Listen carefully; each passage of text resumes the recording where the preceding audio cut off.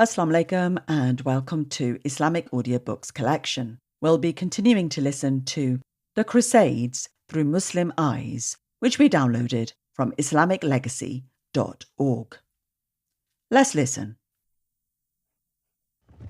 Amalric and his knights charge the center in the traditional Frankish manner. Shirkuh orders the center to pull back, and Salahuddin pretends to flee, drawing the knights, who follow in hot pursuit.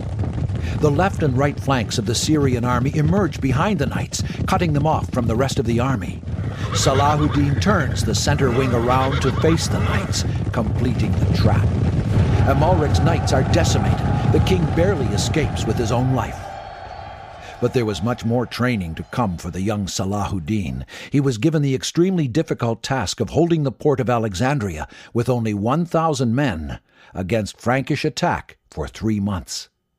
It was during this campaign that the Franks took notice of Salahuddin, not only for his courage and skill in battle, but his unique sense of honor and justice.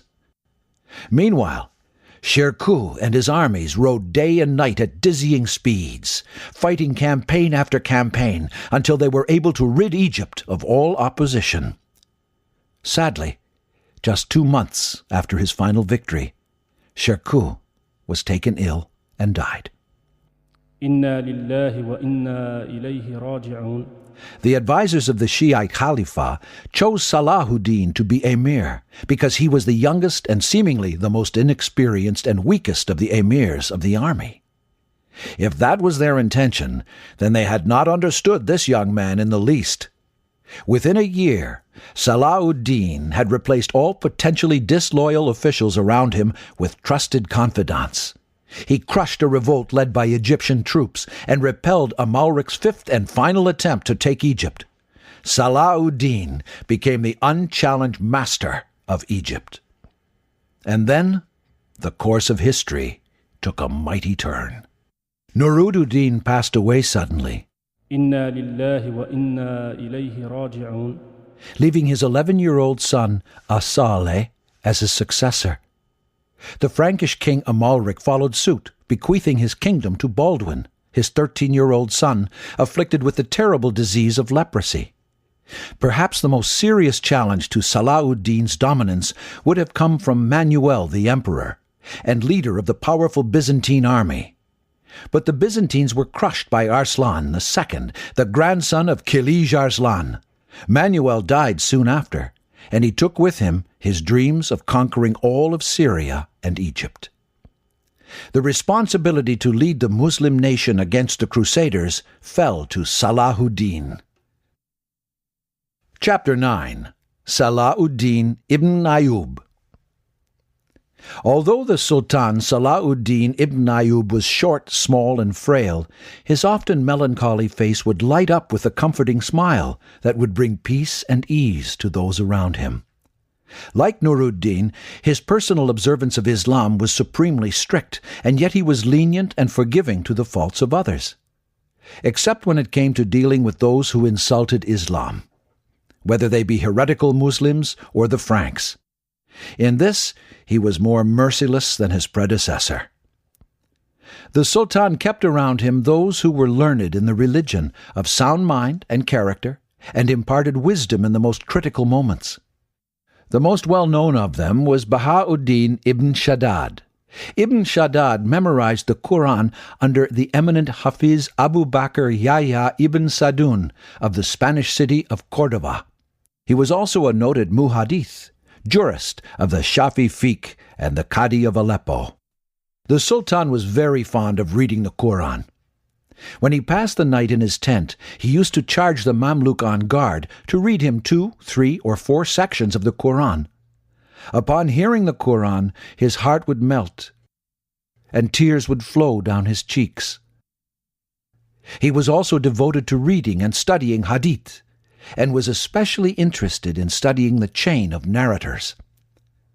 If one of the scholars of Islam visited the court, he received him personally.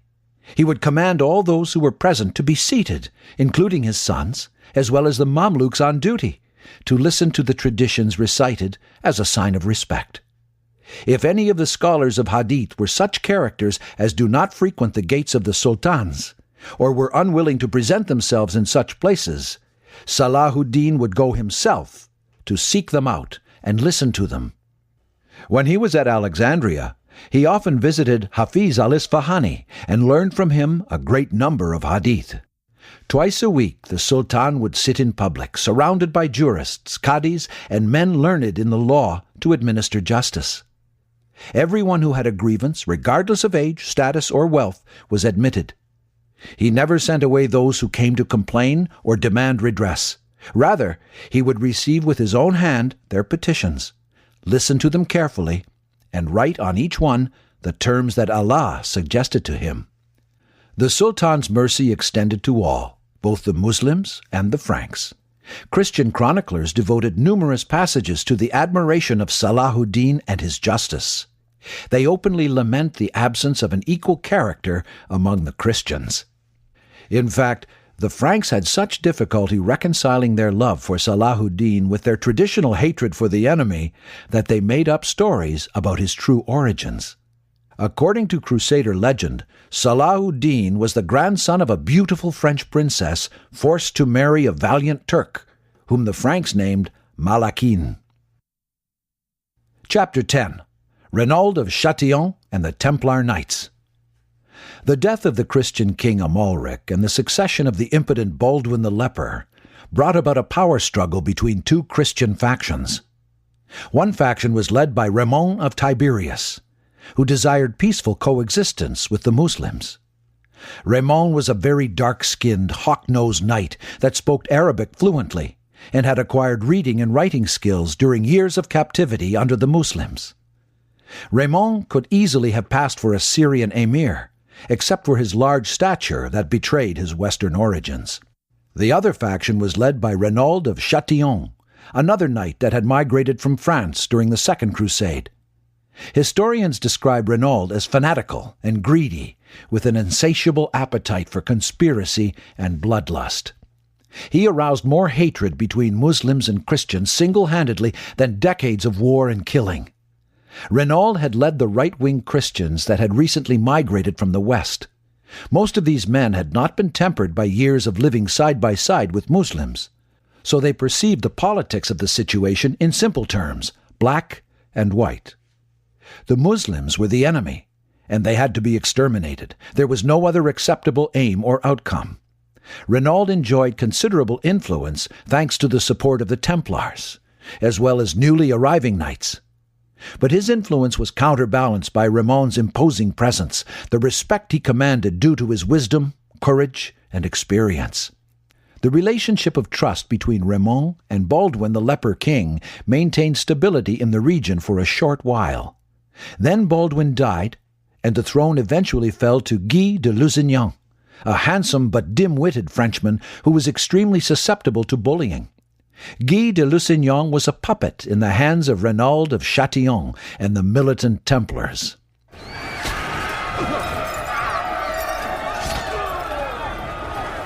Renaud took advantage of the circumstances and began a campaign of pillage and rape, targeting Muslim merchants and pilgrims alike. Despite a truce allowing the free circulation of goods, Renaud would swoop down on caravans unprovoked, massacring its people and confiscating all of its merchandise. At first, Salahuddin complained to Guy, but he ignored his protestations and did nothing. Renaud grew bolder yet. He declared his intention to raid the holy cities of Mecca and Medina and kidnap the body of the Prophet Muhammad, peace be upon him.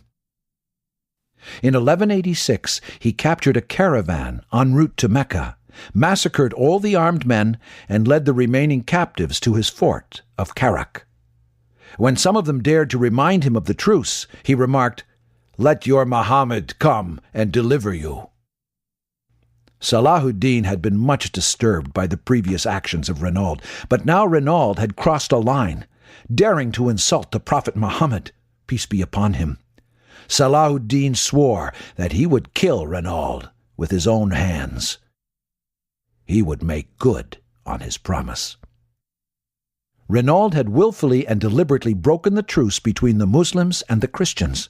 Salahuddin could read the writing on the wall. It was only a matter of time before the region would be brought to war. The Sultan sent messengers to all the emirs in the land of Islam, bearing the same message.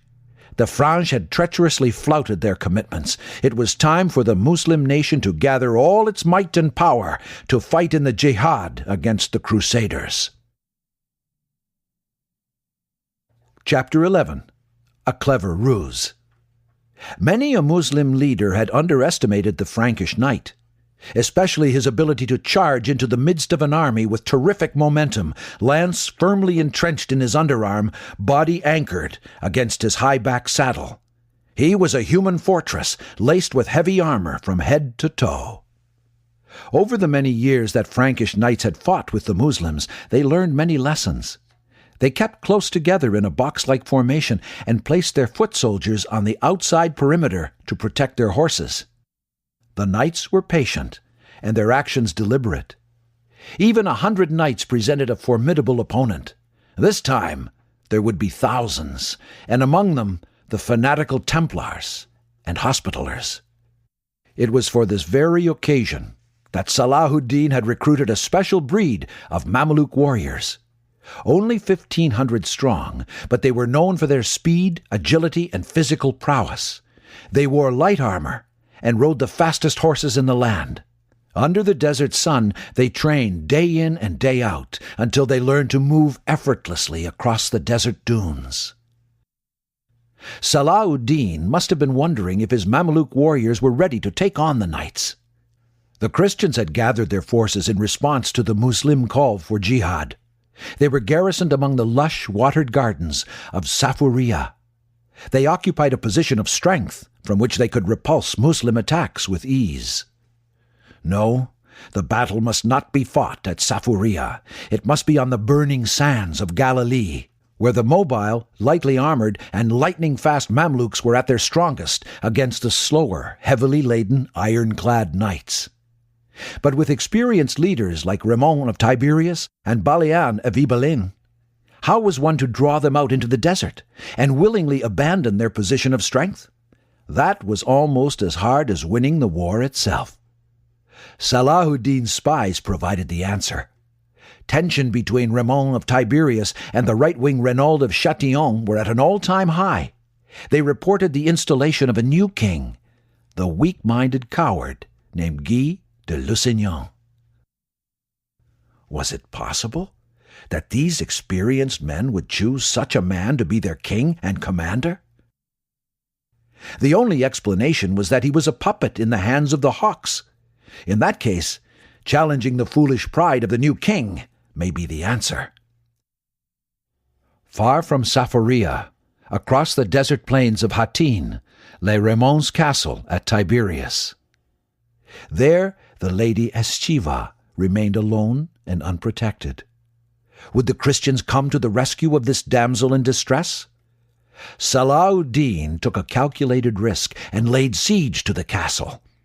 Now it was a matter of waiting for the Christians to make the next move. When Guy de Lusignan heard of the siege, he assembled his counselors.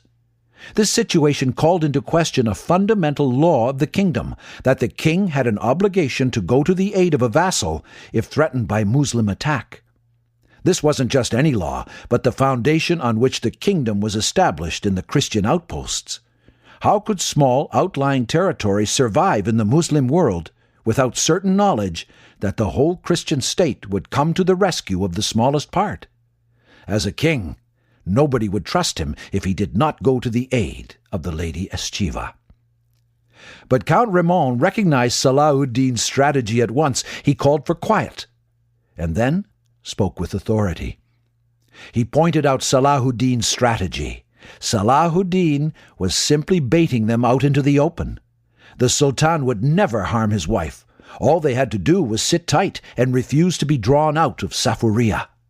Salahuddin would eventually tire and return home.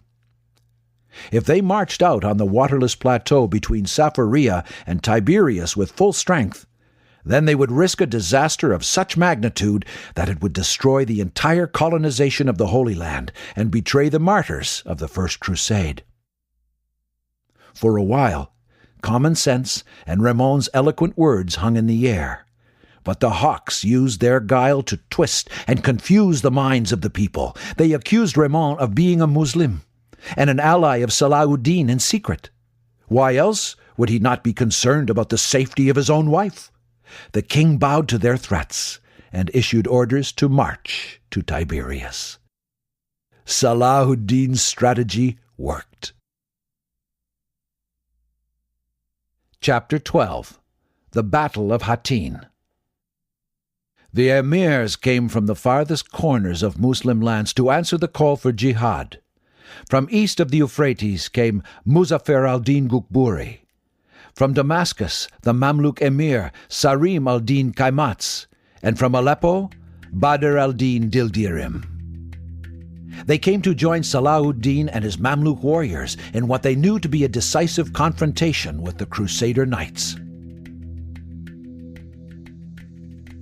In the early hours of the 3rd of July, 1187, Salahuddin's scouts observed the Christian camp coming to life with intense activity. The enemy is preparing to march forth. Salahuddin is praying Fajr, the dawn prayer, outside the ruined walls of Tiberias when the messengers arrive. He is elated on the one hand, but feels the incredible responsibility on the other. He mounts his warhorse and sprints for 6 miles till he reaches Kafr Sabt, where his command center is situated. Light forces have already been sent out by their wing commanders Taqiyuddin and Muzaffar ud-Din Gukburi to harass the Franks. Their aim is not to turn the Crusaders back, but to slow them down so the natural elements have their fullest impact.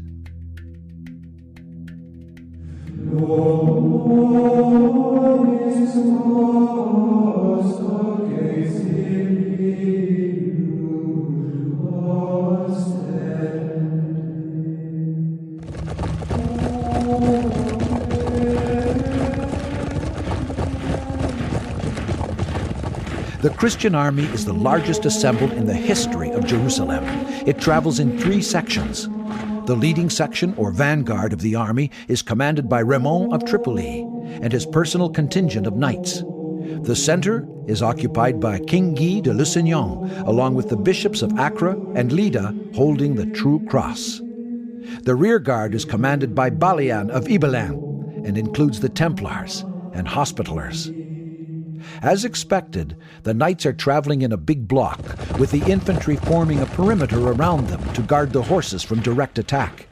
The pace of this massive army is being constrained by the infantry. This works in favor of the Muslims. Although the Christians set out in the cool early hours of the morning, it isn't long before the direct heat of the sun begins to take its toll. The Eastern Knights have learned to cover their armor with loose-colored garments like the Muslims, but some of the Westerners haven't yet adapted to the conditions and begin to suffer considerably. Now is the time to strike. The Mamluk cavalry flood down the slopes and across the plains towards the Christian columns. They dart in and out, firing their arrows at the war horses, unseating the heavy knights onto the scorching desert sand, then withdrawing, melting out of sight. Salahuddin, almost imperceptibly, begins to feed more and more of his legions of Mamluks into the front line. The Christians behold an awesome sight. Wave after wave of Muslim warriors stream down the slopes, sprinting towards them.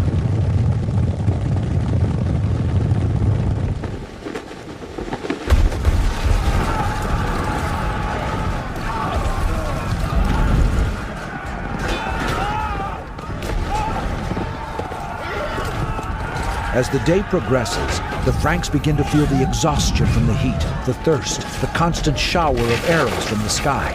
They are counterattacking with all the ferocity they can muster, but the Muslim cavalry shows no signs of weakening. In fact, they grow stronger and stronger. By midday, the sun is directly overhead. The heat is unbearable. Their armor is scorching hot, and all of the water in the small bottles is gone. They have been marching for 6 hours, and now they are stuck out in the open on a level field, completely exposed. At the front of the army, the wise and experienced Ramon knows that staying on this barren plain without shade or water is suicide. the knights must press on towards water, meaning they would have to sprint, leaving the infantry behind to their death and the rear guard cut off. That meant the Templars and the Hospitallers would bear the brunt of the Muslim attack. But in the interests of saving the bulk of the army, this was perfectly acceptable.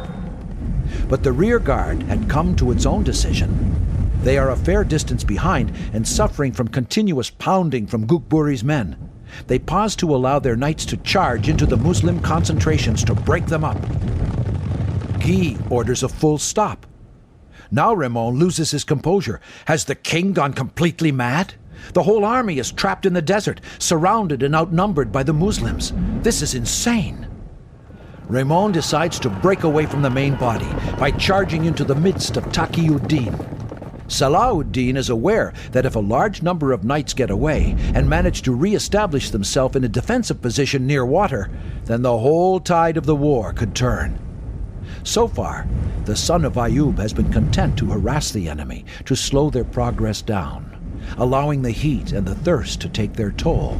But now he must strike with full force if the knights are to be prevented from reaching water.